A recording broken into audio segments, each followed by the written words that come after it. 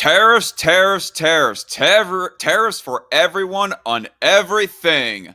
What's up, everybody? It is Zach, the Dark Conservatarian, and I'm here with some Loudmouth on the internet to give you his opinion. And we're here with another episode of DarkMouth. This time about talking about tariffs, not just on Taiwan, but as a whole across the world. How you doing, Loudmouth? Tariff the world. We must Tariff tariff everyone.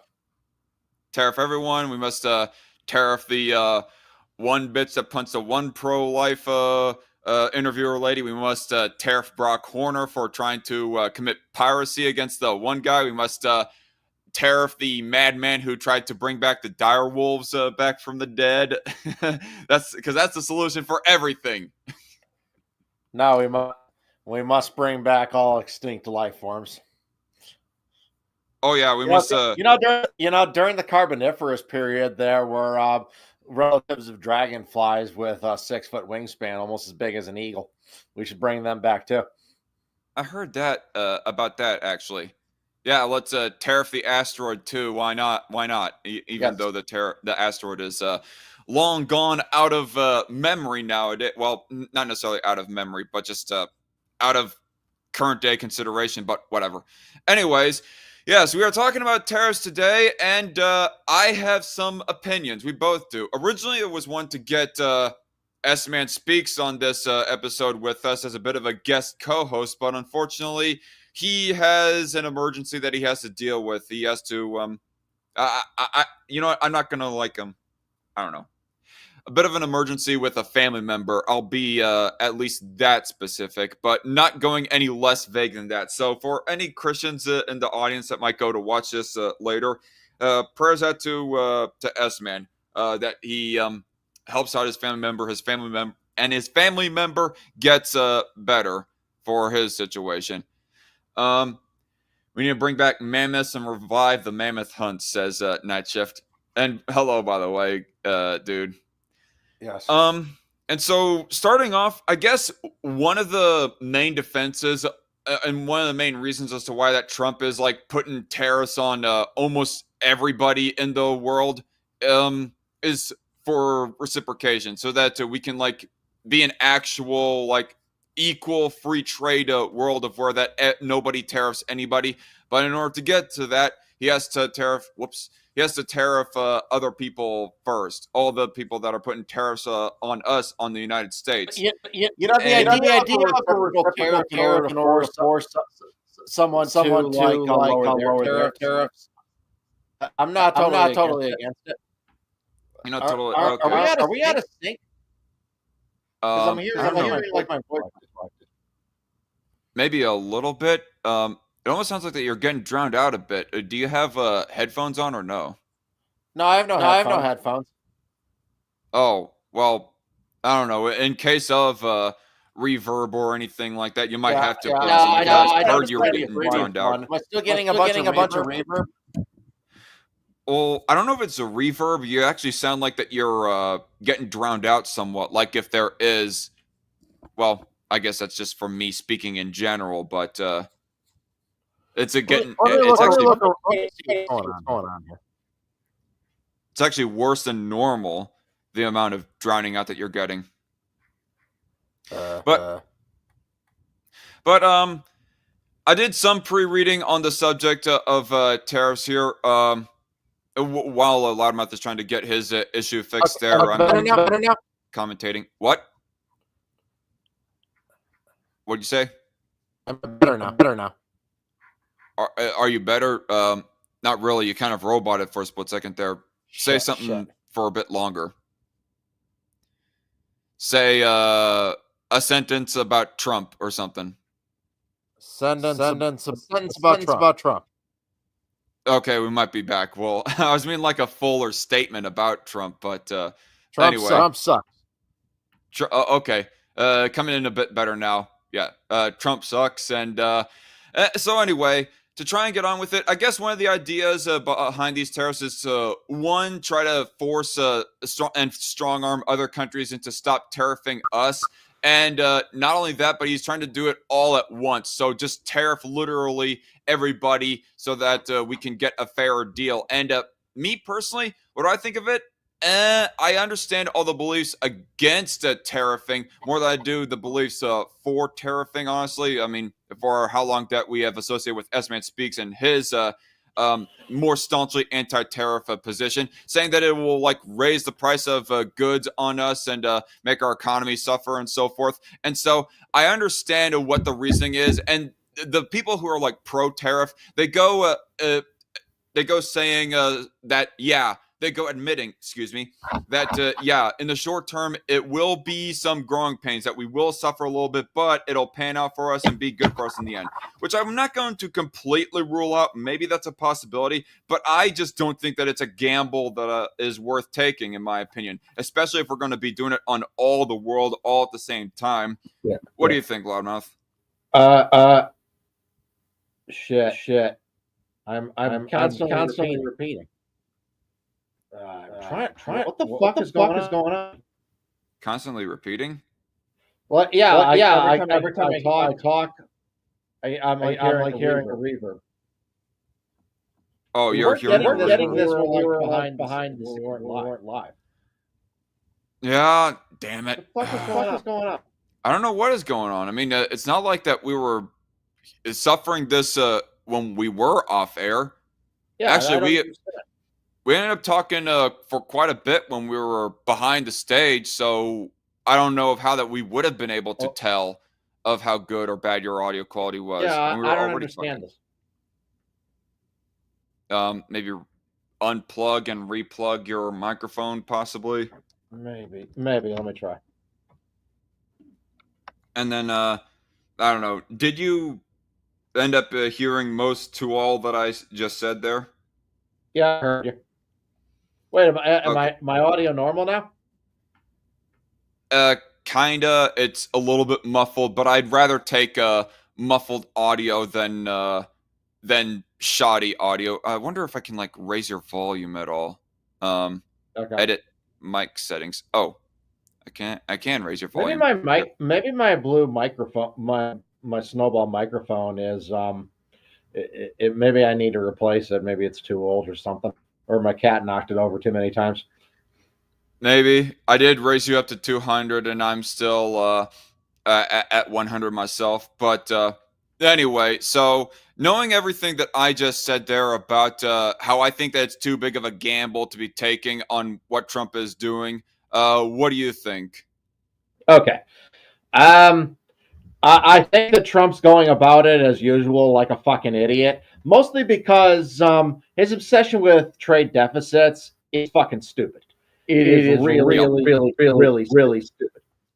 You know, every time you open the second window, that's when the echoing starts. It's when the what movies come? The echoing starts when you open the second window. Oh, that's weird. Okay, maybe I don't need to show the. Maybe I do not need to show the web browsers, but that's weird. We never experienced that before, though. No, we've never experienced that before. That's what's really fucked up about this. Why would just me and not you start echoing when you open the second mirror? That doesn't make any sense. That is a real big glitch, actually. You know what I'm going to do? I'm going to log out and log back in and see if that fixes it. Okay. I guess we'll go ahead and wait on Loudmouth before we go back to talking. That Jeff says echo. Loudmouth is echoing bad. That's strange. It is strange, real strange. A better option than tariffs that would produce all the good effects of the tariffs without any of the bad or taxing parts of the tariffs. Abolish corporate and business taxes across the U.S. That makes too much sense, Night Shift. Shut up. He also says, it's stopped now. It is. What the hell? Mr. Merchant says, echo again. All right. Hello again, Jim. Hello, everybody. Yep. You're coming in better. Okay. Now open perfect. Up the screen, see if the problem's fixed. Testing 1, 2, 3. Testing. Damn it! Oh, you're still here? You're still getting it? Yes. Okay, well, just Well, I did have a video to show later, but maybe we'll just save that for some other time, or maybe we'll just talk about it without looking at the video. But uh, until like next episode of DarkMouth, I was just taking a look into that issue there. Maybe get me or someone else to come on to StreamYard to help test it out with you or something. But I don't know. Yeah, I'm baffled at this. This doesn't make any sense. Yep. But man, we are like 10 minutes into the show, and about half of it has been frustrations with technical difficulties. Wow. Yeah, which sucks, but what can you do? But okay, So now let me just talk about the tariffs. Trump's obsession with trade deficits is stupid because having a trade deficit with somebody is not a big deal. That's the logic that my grocery store is ripping me off because I buy more from them than they give to me. yeah. It's not an issue, and Trump's weird obsession with that shows that he's a myopic idiot. And particularly like the idea that we have to have a trade surplus with literally every country in the world. We kind of touched on this subject back on the DarkMouth episode 1 of where that he was the issue of tariffing Taiwan was more hotly in the news, but now he's doing it with every country because my trade deficit and stuff like that. It's a little bit overly obsessive, and it's like I get like focusing on China because China, not only do we just have a trade deficit with them, but they have like a majority of the industry that we used to have in this country now working over there. Well, that's not even the real problem with China. On top of them being a repressive authoritarian regime, it's the fact that they violated all the agreements that they made before Clinton let them in the World Trade Organization, gave them favored nation status. They were basically, they had made a few trade reforms before that, which they did do. And once they were brought in, they immediately basically continued to engage in all kinds of unfair trade practices, such as copyright theft en masse and government subsidize their industries and all kinds of other anti-competitive practices. I'm trying to find what exactly it is. Like I hear you, Loudmouth, but oh no! But apparently, according to Trump, they are not as big of a threat as Japan or South Korea. As damn it, where's the quote from this Reuters article here of where it's stated that way? I don't know. There was some statement in this Reuters argument. You're not able to see it on screen. Everybody who's viewing the live stream, sorry, but yeah, according to but there is little countries that can do beyond mitigating the economic hit and asking Washington for exemptions to auto exporters. Japan.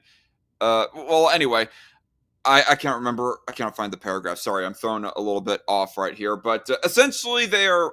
He seems to be having a bigger focus, his rhetoric and everything, on South Korea and Japan. And I'm just thinking to myself, like, what? How do they serve like a big, massive threat? And I don't even know of what industries exactly, or at least big swaths of them, that South Korea and Japan would have taken from us. Or at least it hasn't been very well publicized. I mean, if Japan and South Korea are supposedly about as just as bad, if not even worse than China, well, then maybe your rhetoric should have been focused on them countries instead of just China in your first administration. But no, we're here in the modern day of where that it's like, what the heck did Japan or South Korea do that is so bad that even compares to what bad that China has done in ripping us off or taking away our industries and so forth. So honestly, putting a bunch of tariffs just on China and figuring out ways to get around the ways they've been trying to like weasel their way around those tariffs is something I'd be all for personally. One thing that the Chinese communists have been doing to avoid previous tariffs that Trump put on them is basically they'll take like a car or another widget or what have you. They'll ship it like 90% complete to, say, Mexico, to Vietnam, to all other places. And then they'll complete a few finishes on that. And then they'll basically slap up that it's made in those countries instead of China and ship it to the United States tariff-free. And they've been using that as kind of a way to weasel around various tariffs. Oh. So you're saying that some of the products that I see at Shields or any other store that says made in India or made in Taiwan are actually largely, a lot of the components and pieces are actually made in China? Correct. That happens quite a bit, and that is a serious problem. Holy shit. Dishonest marketing right It's an there. oldest trick in the book, even to American factories, where a car will be shipped to like factory 90% complete, and a few like finishing touches will be put on it, and then they'll slap a "Made in America" label on it. Wow. Man. It is one of the oldest tricks in the book. Now that's not quite as bad or as dishonest as a nutrition label, or excuse me, a ingredients label omitting the fact that there might be soy put in a food product, when you're not saying that there's soy put in it when in fact there is soy put in it, but still that's pretty bad.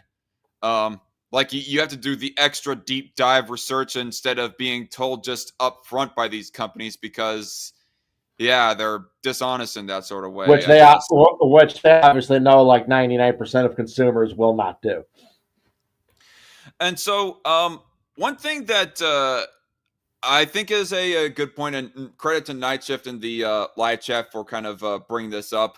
And it's a thing that I've always thought too, as far as instead of doing tariffs, of what else that we could do to try and get our jobs back, is that we make it so that working within our company seems more competitively viable and economically viable for your company, as opposed to doing it overseas. I mean, yeah, we're not going to go as so far to allow literal slavery like in the way that China does with the Uyghurs and so forth. So you're not going to have any slave labor to exploit. But some things that could be done, as Night Shift says, is decrease corporate or income taxes and other sorts of business taxes, and not to mention get rid of the minimum wage. Although part of me kind of wonders more and more as we go later and later onto the years of how much that would actually affect the incentive that companies would have of wanting to work in the United States instead of in China. Because even if we were to get rid of the minimum wage, I don't think that there's going to be a huge dearth of teenagers were willing to work for a mere $6 an hour, as opposed to $7.25 or even $10 an hour, which seems to be what the wages are becoming more and more with inflation. Right.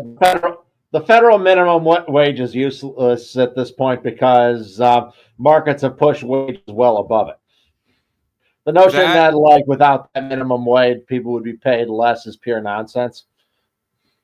Yeah, there is that. Although I guess if there is like some real small percentage of laborers that within the market that are willing to work less than what is currently the minimum wage, well, then at least get rid of the minimum wage so that those people could work for that, for at least starting out in their careers anyways.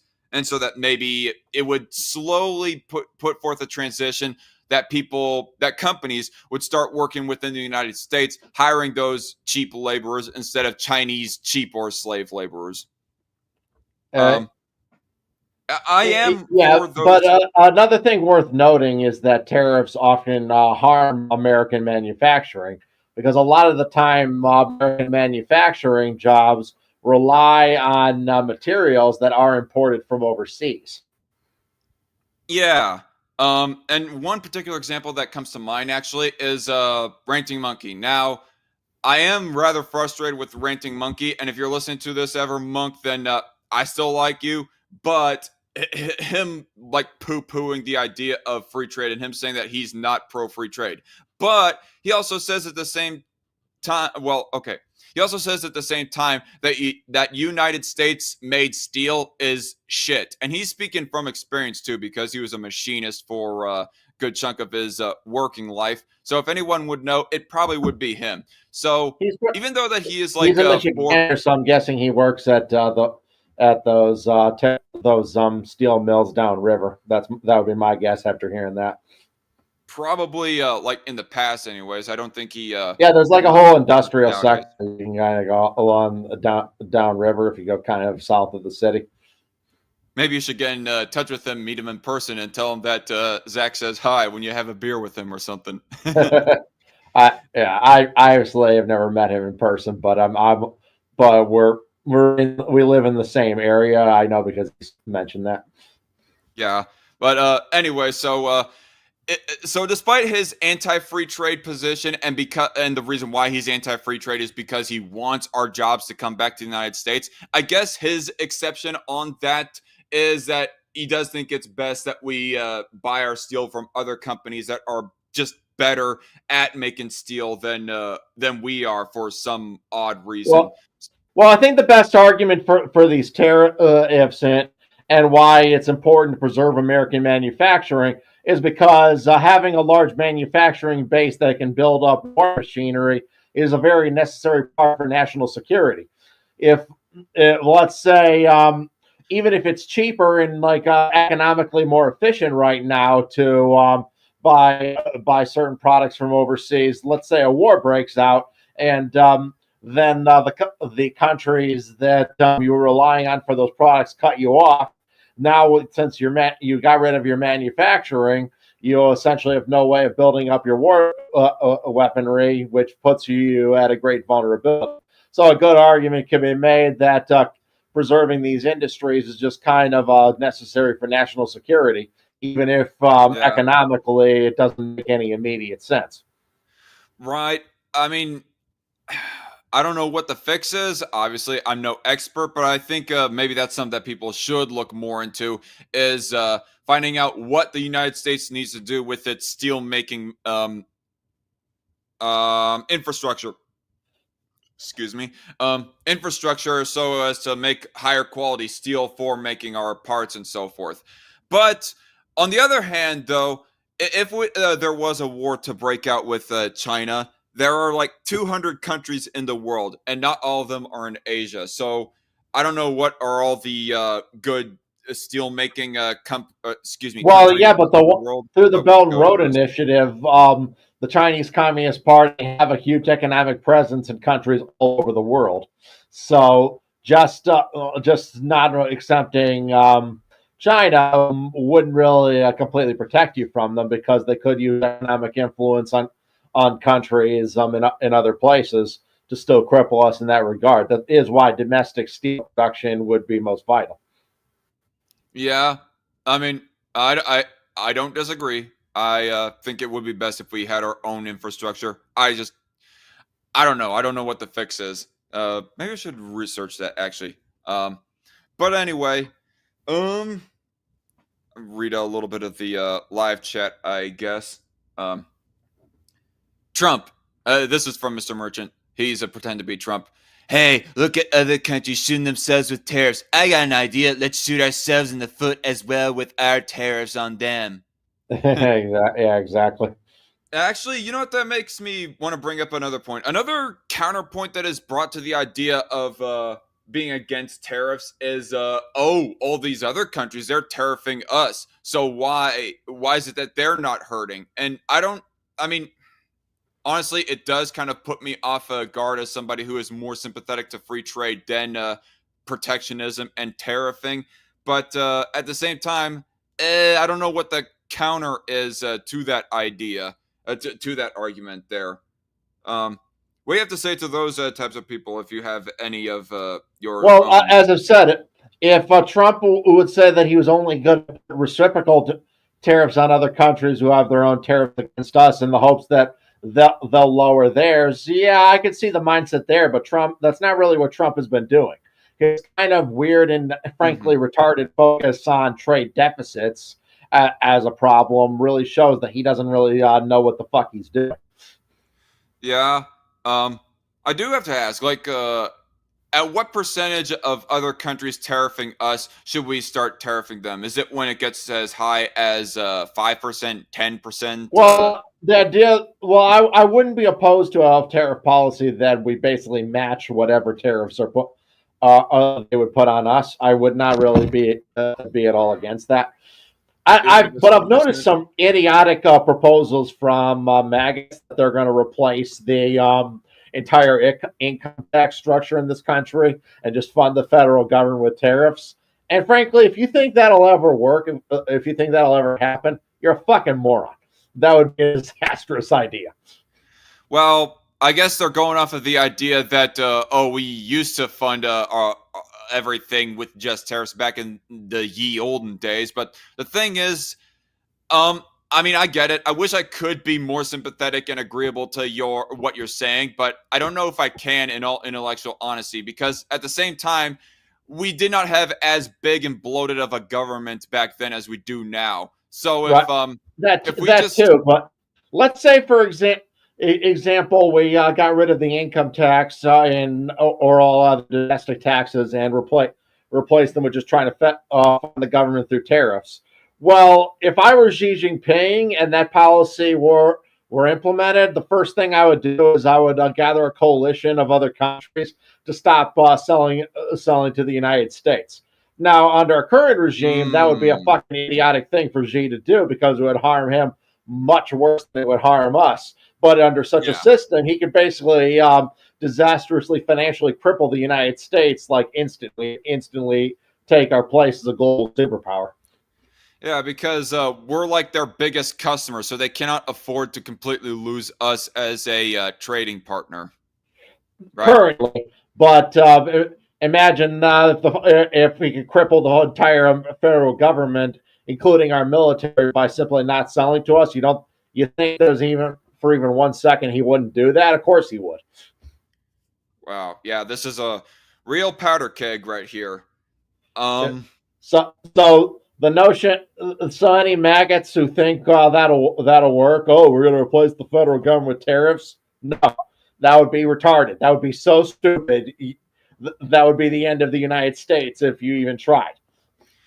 And by the way, for the record, y'all, it's not like that we are arguing against the idea of cutting government spending and all that stuff. I mean, we are for that, but at the same time, it would probably be too rushed. Like, it would be putting the cart before the horse if we were to just abolish literally all taxes except for tariffs and just cut the government spending pretty much as it is, except for maybe some tens of billions of spending that Doge is cutting from the federal spending.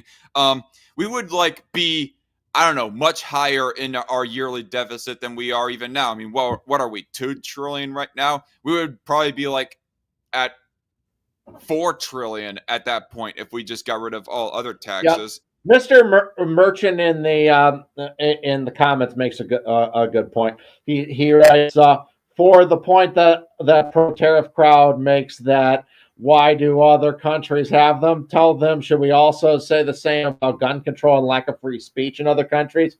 Yeah, saying that we should have them because other countries do is a real stupid argument. It's also those countries have them, and they also have far smaller economies and are far less economically prosperous than the United States. Makes you think, doesn't it? To be fair, just arguing off devil's advocate here, I guess the argument would be from MAGA supporters is that how would us putting gun control on ourselves affect them, when the idea of tariffs is that we put those to affect them. But putting in laws like free speech laws and gun control would not affect them in either way. It's, yeah. I don't know how to explain that. But the point is, though, those countries that often have higher tariffs also are generally poorer than we are. So I'm not saying that's the only reason, but there's a good connection there. A more free economy means a more prosperous economy.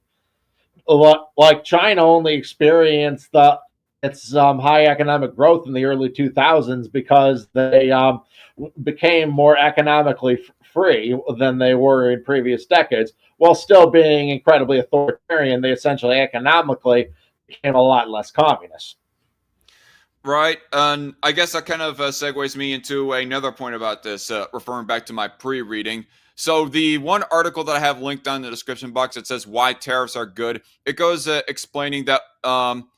So I get the idea of freeing up our own domestic markets to make our economies prosperous, and that's what helped China become more prosperous, is that they put in these economic free zones, or whatever the heck they're exactly called. I mean, they had their own version of it, just like Soviet Russia did way decades ago. But anyway, one of the points from the article is that a country does not become deindustrialized by being a pure free trade country, and even goes mentioning the examples that Britain, in the Industrial Revolution, be it the, I can't remember if it was the 18th century or 19th century, but either one of those 2 centuries, when they started to industrialize, it was because that they started putting on tariffs to incentivize their own industries to work within their own country, as opposed to get cheap labor from, I don't know, South Spain or some other country that they thought they could mooch off of for cheap labor.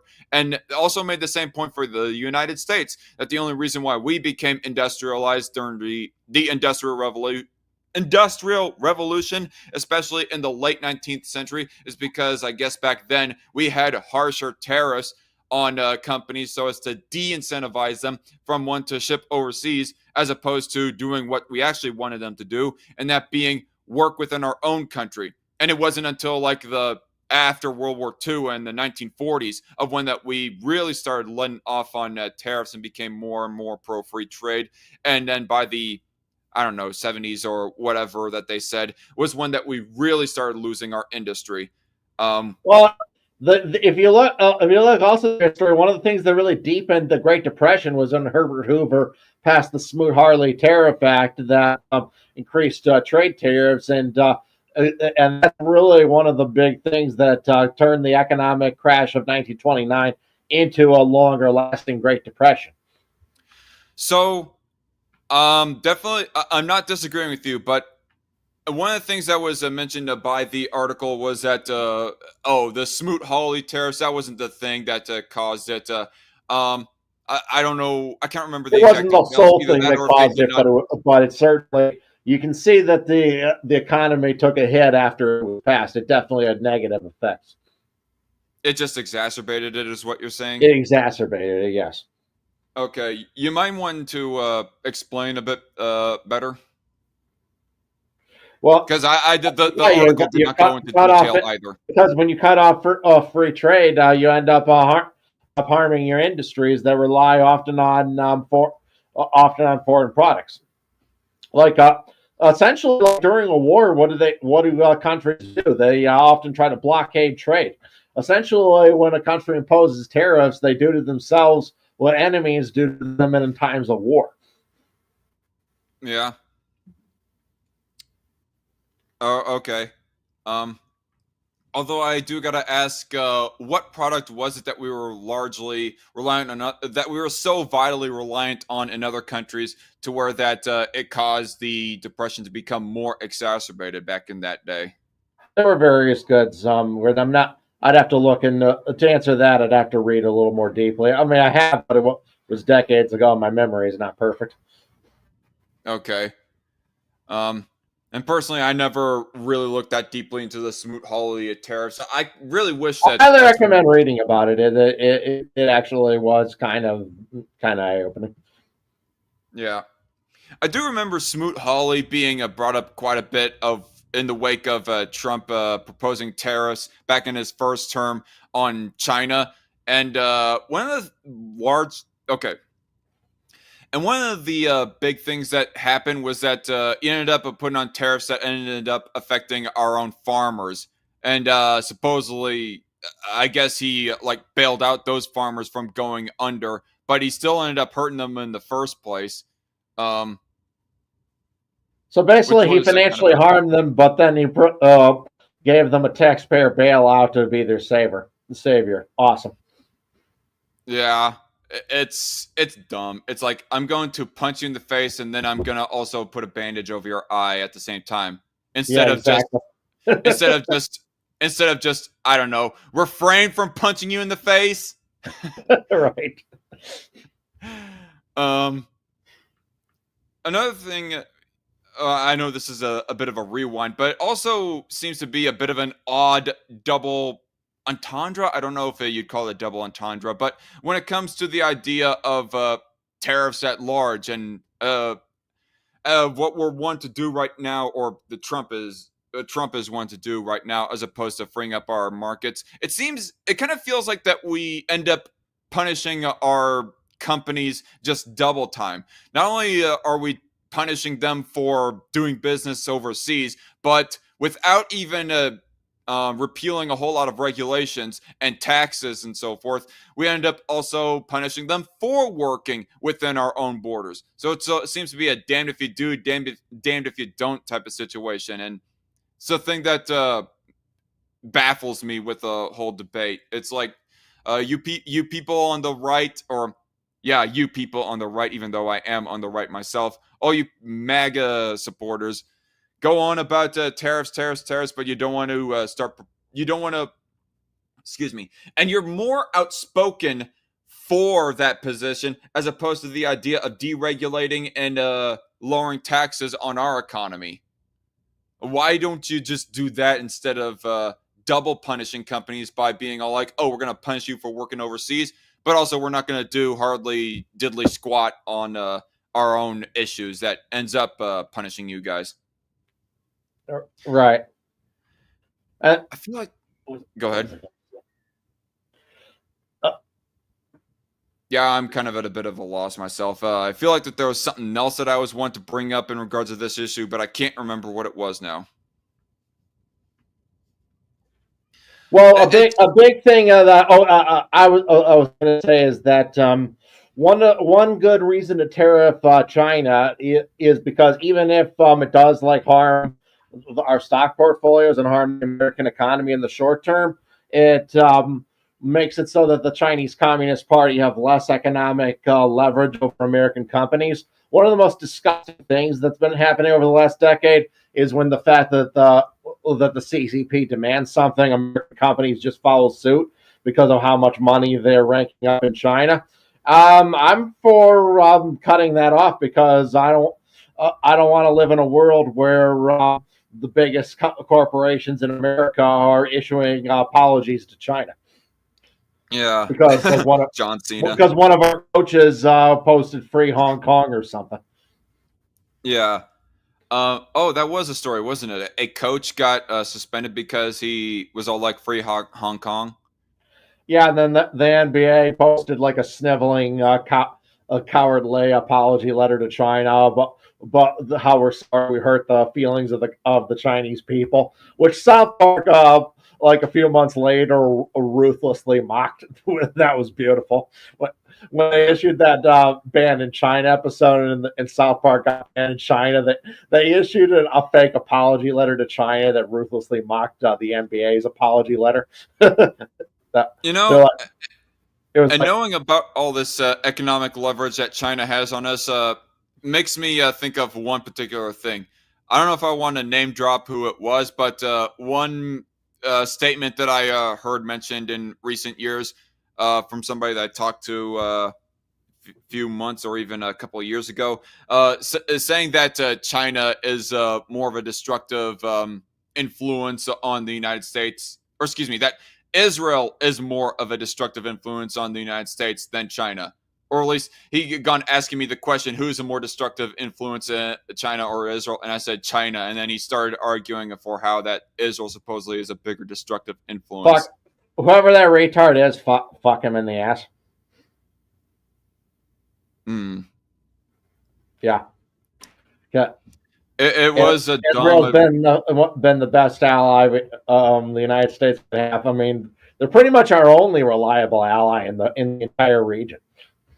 Now, I don't know if I don't want to like turn this into like an Israel argument or anything like that, but I don't know if I would go that far, but I definitely would not say that they're as destructive an influence as Chinese communist political officials are. Who has been a better ally in that region than Israel? In that region specifically? Well, yeah. I don't know. Maybe Jordan. Maybe. No. Law. Jordan's done shit to deal with like Hezbollah at their borders. They have or have not done shit? Have not. Not. Not to mention they refused to resettle people from the West Bank and thus causing all the instability in Israel. Maybe Egypt Kuwait. As well. Maybe Kuwait, but then again, you could almost say that that's only because they're like a direct. What does Kuwait do other than than sell us oil. Meanwhile, Israel have bombed how many terrorists that are a direct threat to the United States and its interests. Like the Houthis are a good example. They constantly attack American ships as well, and Israel's helped us blast them to Kingdom Come. One thing that I was going to say was that yeah, supposedly there are like people of Jewish heritage who have dual citizenship and run media outlets and whatnot, whatever. But they don't have as much of an economic stranglehold as the Chinese do. We don't have as many of our industries like Walmart or any other big companies that are American staples that put a factory in Israel as they do compared to China. So I mean, Israel does have a population of only 10 million people, so China's population is 140 times bigger. Yeah, so whatever your opinion is on Israel, good, bad, indifferent, I will say emphatically, they're not as big of a threat to us as China is, be it economically or wartime. Israel's not a threat to us at all. They're an ally and a friend. And the United States is more powerful and in a better place if our allies are helped. When our allies are strong and our enemies are weak, America is better off. That's what a lot of these retards who call themselves America first don't understand. Yep. And if I was in the position of Trump, maybe I would be for tariffing China and maybe even, I don't know. What do you think about the idea of tariffing Canada and Mexico? I could see arguments for that. I kind of think it's stupid. I don't see any reason to tariff Canada. And frankly, all Trump's done with his idiotic annexing Canada talk and trying to slap more tariffs on them, all that's done is harm conservatives in Canada and lead to a coalition similar to Trudeau's gaining power. It's when we had a chance to really move Canada right, he basically blew that for no reason other than to be a power-hungry jackass. Okay, so never mind what I said about Canada. Now I think about it more. Canada doesn't have as many of our industries as China does, but Mexico. Canada's our number one trading partner. Canada is, not China.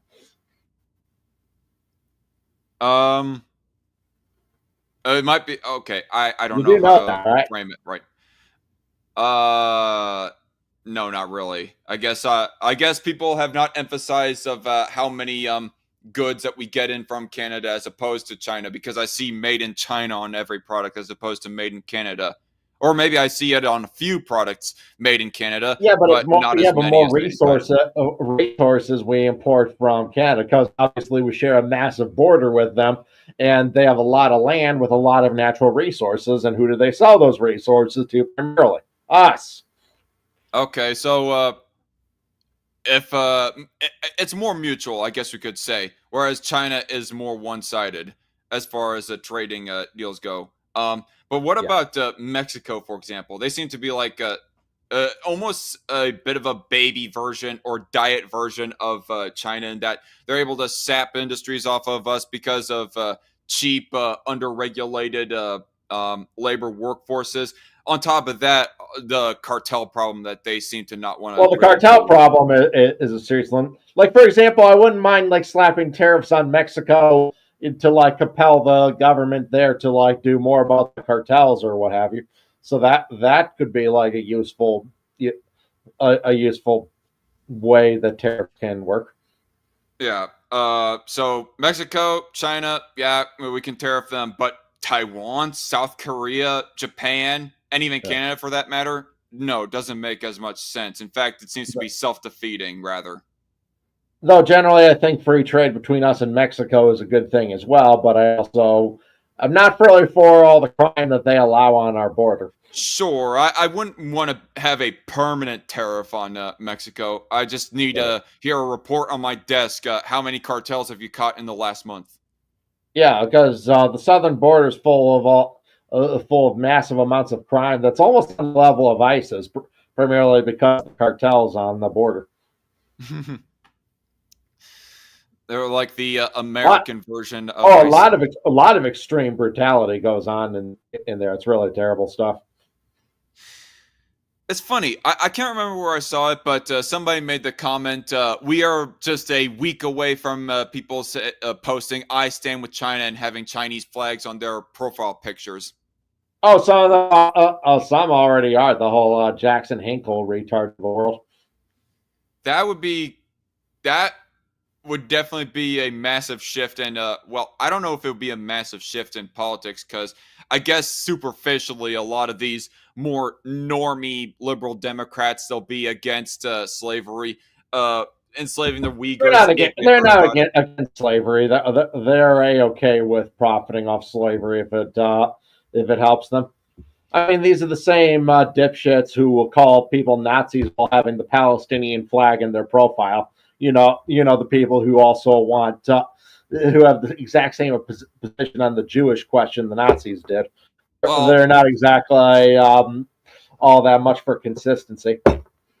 Well, specifically, I'm not talking about far leftists. I'm talking about your normal average Democrat voter that you might have a bit of a loose connection with, who's a cousin or whatever. Might be outspoken about these things if only they were more informed. They're either ignorant at best or stupid at worst. But I don't know. I don't think I have much more to say about the tariff issue. Maybe let's talk about direwolves. Yeah, maybe I'll go listening back to this live stream. I'll be like, damn it, I meant to say that. But for right now, let's go on to talking about the good old Jurassic Park meme. Yeah, your scientists were so concerned about whether or not they could, they did not stop and think about whether or not they should. No, when I hear that meme, I'm wondering, for one, nobody should really be basing their decisions for the future of genetic policy on a fucking Hollywood movie. And if you are, you're kind of stupid. It's well, I'm not going to start quoting that movie as a real life example of how reality is, but I do think that there is a philosophical point to be made about that one particular quote. And even if we are going to go to Jurassic Park, there's a fun scene in the original novel where these raptors are on a boat that's drifting towards shore, and someone says, well, we got to stop them or they'll get to the mainland. Someone says, so what? What are they going to do? Take over the world? Well, apparently they did by Jurassic World Dominion. Yeah, but that never made any real goddamn sense. Mostly with the scene in Fallen Kingdom when we can't let them out or there's no going back, and I'm like, why? The large ones would be easy to round up. You could round them up in a week. Maybe the little ones would escape to the environment and form a population, but the big ones would probably be rounded up pretty quickly. I can't remember the names of them. There's Jurassic World 1 and then 2, the Lost World, and then Jurassic Park 3. There's Jurassic World and then Jurassic World. What was the name of the fifth one? It was the last one that I called. Fallen Kingdom, and then the sixth one was Dominion. And the one that's upcoming is called Rebirth. Is it being called Jurassic World Rebirth, or are they having a kind of a newer name to it?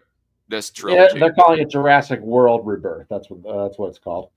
I mean, my expectations for it aren't that high, but it's got to be better than the last one, which I thought was kind of crappy. I don't know. I think it. But in terms of bringing back the dire wolves, the idea. I mean, what are you going to do if let's say these dire wolf puppies that they created got loose? What are they going to do? Take over the world? I mean, I wouldn't go that far, but what would be the negative effects of them being brought back? I can't really think of any. Okay. The real question is: are these pups actually dire wolves? Because as the company pointed out, no actual dire wolf DNA was spliced into them. Like, these are not clones of any extinct dire wolves. What they did was they used the CRISPR gene editing system to edit 14 of their genes, make 20 edits total to 14 of their genes to better match the genes of the extinct dire wolf with a standard gray wolf genome. Okay. Does that make them dire wolves? If you took like a chimpanzee embryo and and made 20 edits to 14 genes, would that make it a human embryo? I don't think so. So I'm skeptical of just how much these really are dire wolves, a true resurrection of the dire wolf. Yeah. What? How much different are they from regular average wolves or dogs, though? Because I go looking at the gun, looking and listening to the videos that you shared, and I'm thinking, okay, yeah, they're cute, but what's the big difference here? Oh, dire wolves actually were a different, separate genus from the gray wolf that separated from them 5.7 million years ago. Gray wolves are actually closer related to jackals than they are to the extinct dire wolf. Okay. Interesting. Basically, it's believed that their common ancestor separated around that time. And then a population of those wolves migrated into Asia and kind of evolved into the timber wolf, the wolves we know now. And then some of them later, a couple million years later, migrated back into North America, where they coexisted with the dire wolf for tens of thousands of years until around 10,000 years ago, at the end of the last ice age, the dire wolf went extinct. Okay. So what is the good side of dire wolves being brought back? To bring back a form of life, that has been lost to the ages. It's a pretty amazing thing. A creature that's been extinct for 10,000 years could potentially, in a way, be walking the earth again. So, what is the line to bringing back old extinct animals back from history? Like, should we bring back mammoths or Tyrannosaurus Rex or saber-toothed tigers? Tyrannosaurus Rex, dude, come on, grow up. I'm just asking. I'm just asking. Like, you can't, dude. There's not the oldest DNA able to sequence was about 700,000 years old. But from a horse it was. I think they were able to sequence some I forgot, were they clams? Some lower life form that was over 1 million years old. So you can only DNA only lasts for so long. Tyrannosaurus Rex became extinct almost 66 million years ago. Okay, so the could question is out of the question, but I guess what animals should be brought back? Which ones should we just leave be? Well, they're currently working on bringing back the mammoth, and they actually say that we may have it resurrected in a similar fashion as the dire wolf as soon as 2028. They're also working on the dodo bird as well as the thylacine. Are you just advocating that we bring back as many extinct animals back as we can? Yes. Including the more dangerous and carnivorous ones and more poisonous ones and everything else? Yes.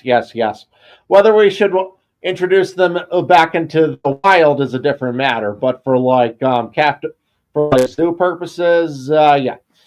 Currently, there's no plan in reintroducing these pups into the wild.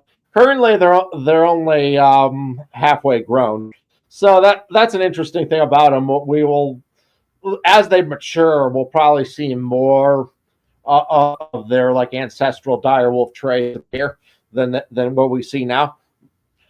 Similar to how the young puppies of two dogs that as adults look quite different, as little puppies often will look very similar. So it's not really till they mature that you really see great differences, and I think that'll be the case with these pups as well. Though we already see some distinctions between them and a modern gray wolf. Like we see a mane on them is an interesting thing, which modern gray wolves don't have.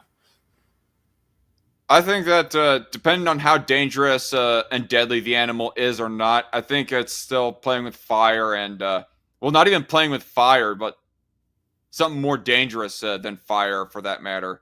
And again, what do you think is going to happen? Are these wolves going to go take over the world? Are they going to go? Not the wolves. not the wolves specifically, but if we could like, I mean, in the present time and period, we can't bring back any more dangerous animals than just mammoths and dire wolves.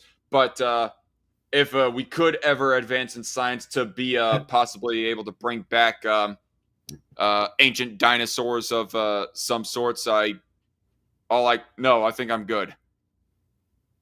I don't I'd want love that to see it. I'd dangerous love to around. see a living non-avian dinosaur brought back. It would be a dream come true if I could see one in the flesh. I know it's not going to happen, but I think it'd be awesome. Oh, I don't see okay. any negatives. Here's my opinion. Let's get a colony on the moon first, and then we can have a biosphere zoo up there for them all to be on, and then you can pay like $1,000 for a space ticket to the moon and visit that zoo. That's my compromise. My compromise old proposal. One final thing that I kind of wanted to ask about this subject is just out of curiosity: what is the oldest form of canine that has ever existed in history? Oldest form of canine? Yeah, like I don't know what how exactly you would classify them, because I'm thinking jackals, hyenas, and dire wolves and gray wolves, and Hyenas those aren't are a all canine, dog. dude. What the fuck are you talking about? Hyenas Huh? are closer related to cats than they are to dogs. Okay. I don't know that. I go looking at them and I almost go. They look physically more like a dog than a cat, so I was just lumping them in the same subject just for simplicity and for conversation's sake. But what is the oldest form of canine as far as relations to dogs go? That'd probably be foxes. I mean, would they split? Dogs split from foxes about 12 million years ago. They're the oldest ones to have ever existed in history, or that's Well, just the oldest? they're the oldest split that are still considered from the family Canidae that are still around. Okay, I mean, so you're not. there were other like families in the past, like the Borophages, the bone crushing dogs, which kind of had a niche similar to predatory cats before cats arrived in the Americas. And some of them actually got big. The largest species of those was nearly as big as a lion, and they were a top predator in Miocene North America. But then but they believe that the arrival of cats from Asia kind of drove them to extinction, whereas the only kind of canids that survived had kind of a more generalist, whereas the more cat-like body niche cats were just better at. Hmm. They actually So think that the canids, their ancestors had retractable claws like cats do, but they lost that ability over the course of their evolution. So foxes, you say foxes are the oldest. Are you counting? The Are you oldest, like? they're the oldest split that's in terms of relation, but are still considered canids. So are you talking about when you mention foxes? Are you talking about both extinct and non-extinct, or just non-extinct animals that are the oldest of its kind? Just non-extinct ones. They're the oldest, like split. Dogs Okay, about as closely that's related to what a fox. that was what I was Yeah. meaning. I was meaning like non-extinct or extinct, which would be the oldest in all of history. Or the fossil. I mean, the common ancestor just kind of. There's really no way to answer that question. Evolution's always a gradient. It's hard to really define specific lines in the fossil record. Well, just like if you cross the border between Indiana and Ohio, you're not entering a different world. It's a very arbitrary line. Okay, so hard to answer. Don't really know. Gotcha. But they estimate like the common ancestor dogs share with bears lived in the Eocene around 40 million years ago. Oh. Their common ancestor with cats about in the Paleocene about 60 million years ago. Their common ancestor they share with humans in the middle of the Cretaceous around 90 million years ago. Give or take a few million years. Now you're not. Huh? Now you're not saying that bears are a canid of some kind. You're just saying that they're closely related and split from that of wolves. Right? Oh no, bears are not a canid. but dogs are closer related to bears than they are to cats, and dogs are closer related to cats than they are to horses, and they're closer related to horses than they are to humans. So just kind of how far you go back. Gotcha. Yeah. Well, we're at the hour mark. I don't know. I feel like that I still kind of want to talk about the issue of the one pro-life interviewer who got punched in the face. You want to bring that up? Go ahead. We can. Well, play the video, and if we get audio problems, we can just like we'll lower the window and we'll talk. Okay, so Damn it. Testing 1, 2, 3. Yeah. Oh, it's still bad for you? Yeah. Oh, shit.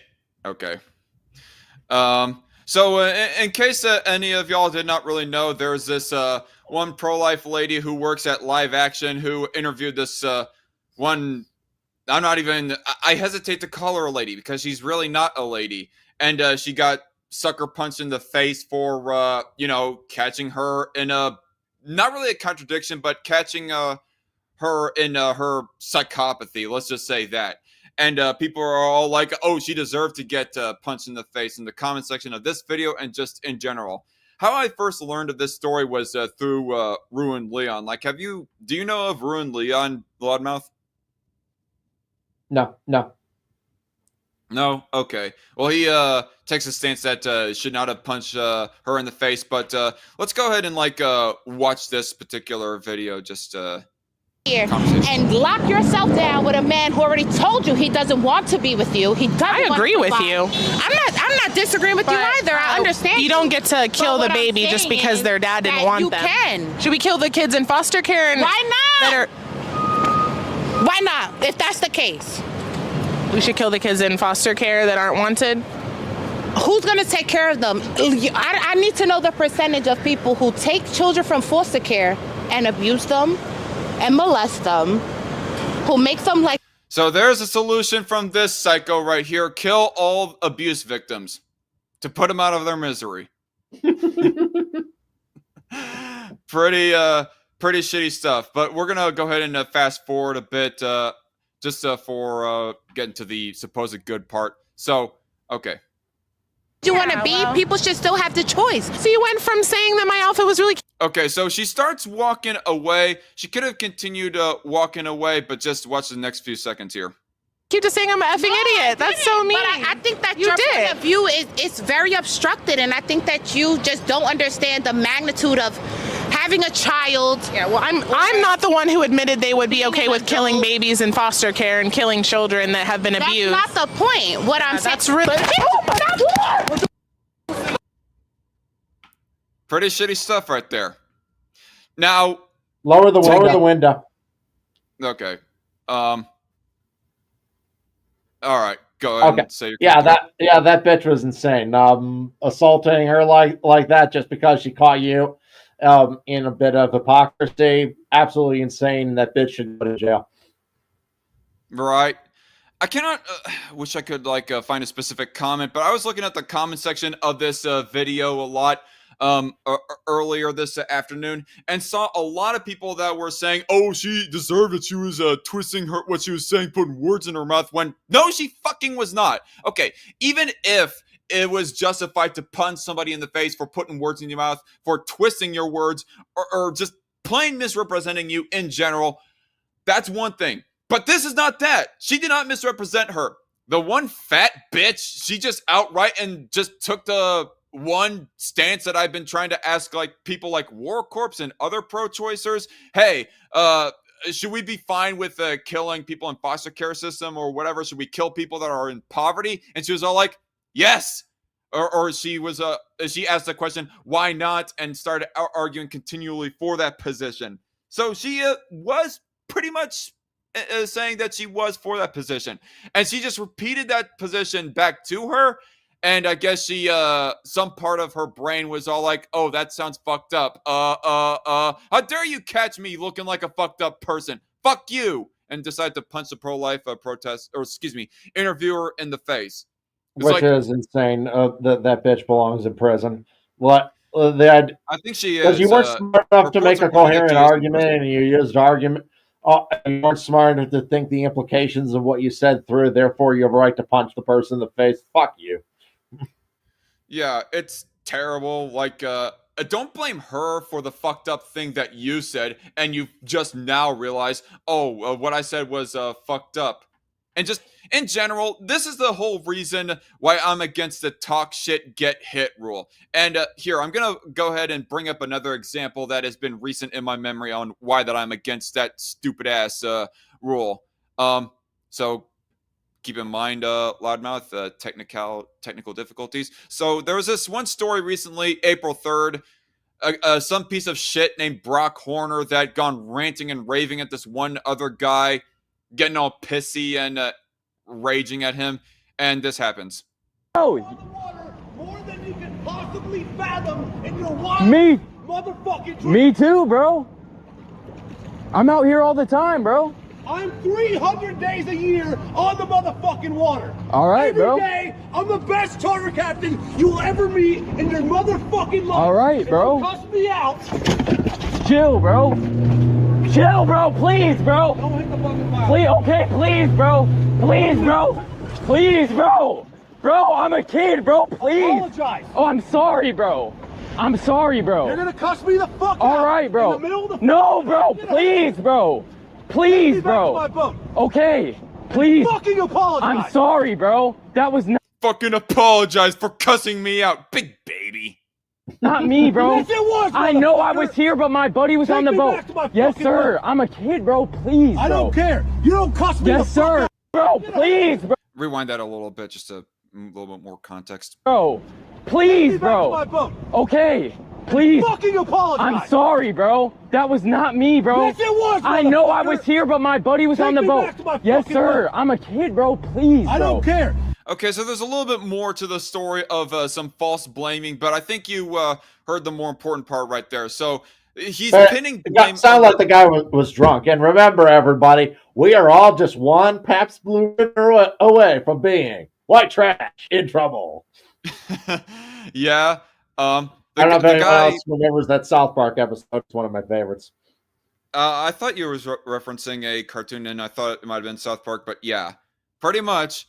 And I look at the camera and say, I'm white trash and I'm in trouble. Yeah, the pinnacle example of white trash. So maybe if he was in a sober state, he would not justify himself trying to punch in the face somebody who supposedly cussed him out when really that person was not the person who cussed him out. Because in case none of y'all did not hear it so clearly, so he was pinning blame on the one young boat driver there for cussing him out and whatnot. But, and the one young guy was all like, that wasn't me, that was my friend. And there's a whole lot more to the story. So apparently there's a whole bunch of blaming going on about who was dashing through the one bridge that they were fishing underneath, and who had their lights on, who did not have their lights on. And the guy was trying to explain that wasn't me, I had my lights on, you're getting mad at me for nothing. And just the older Gen X guy was being completely irrational, unwilling to listen, and just kept on ranting and raving and acting like as if he was objectively correct in his observation of things when really he wasn't. But anyway, if he was in a sober state, maybe there's a possibility that he would not find himself justified in trying to punch somebody in the face over a confusion like that. But that's the thing. There's this one guy who, the tweet that I actually bookmarked, who says in response to it, a polite society is an armed society. Betcha that kid doesn't talk so much shit next time. Young people these days don't understand running their fucking mouth can have consequences. I side with that captain. I'm sick of loudmouth punks talking shit. Except he was not the loudmouth punk who was talking shit. The captain approached him. There's like a longer clip that I'll have to feature on a future video or something talking about the talk shit, get hit principle. In fact, I'm going to want to make a video about the talk shit, get hit principle relating to both the pro-lifer getting punched in the face and this Brock Horner piece of shit attempting to assault another boatman for supposedly not having his lights on when he in fact did.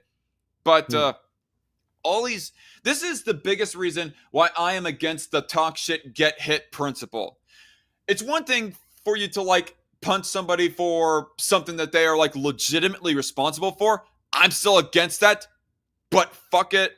But it's an entirely different thing if you're going to punch the shit out of somebody for something they did not even do. And in the case of the pro-life interviewer right there, she was not taking the fat bitch's words out of context. She, in fact, said, why not, to the question of killing foster kids. And Brock Horner there, he was not trying to assault somebody who legitimately did not have their lights on. No, he was assaulting somebody who did have his boat lights on and was, in fact, not the guy who was originally talking random mad shit at him. So, no. Fuck the talk shit and get hit rule. Fuck it. Oh, yeah. That's insane. I mean, this kind of came up in regards of the whole Will Smith slapping Chris Rock across the face subject with me in my personal life. When I got arguing with people about it, people saying that he was right to stand up for his wife against Chris Rock, even though it was a fucking joke, for one. And two, it's not even like Jada Pinkett Smith was that much of an upstanding woman to be worth standing up for her anyways.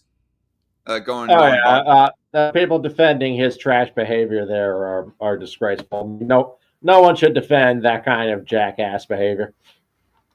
I mean, if the person who is talking mad shit at your wife, if they get like 1 foot close, like if they're within reaching distance and you punch them, well then, maybe.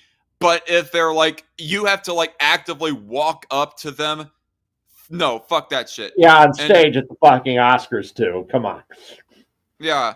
And when you know the guy's literally a comedian and he was just trying to make jokes for the crowd. Oh, I'm looking forward to G.I. Jane 2.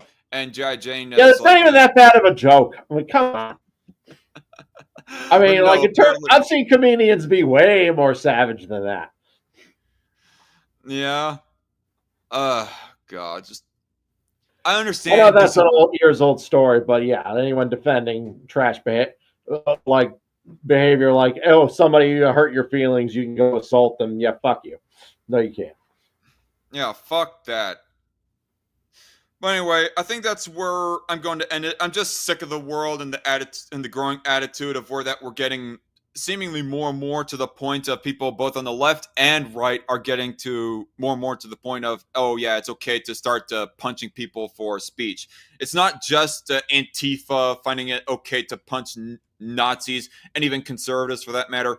No, it's okay to punch somebody for boat confusions. It's okay to punch a pro-lifer for catching you in your illogicalness.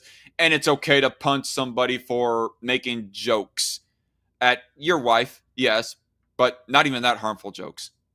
Right.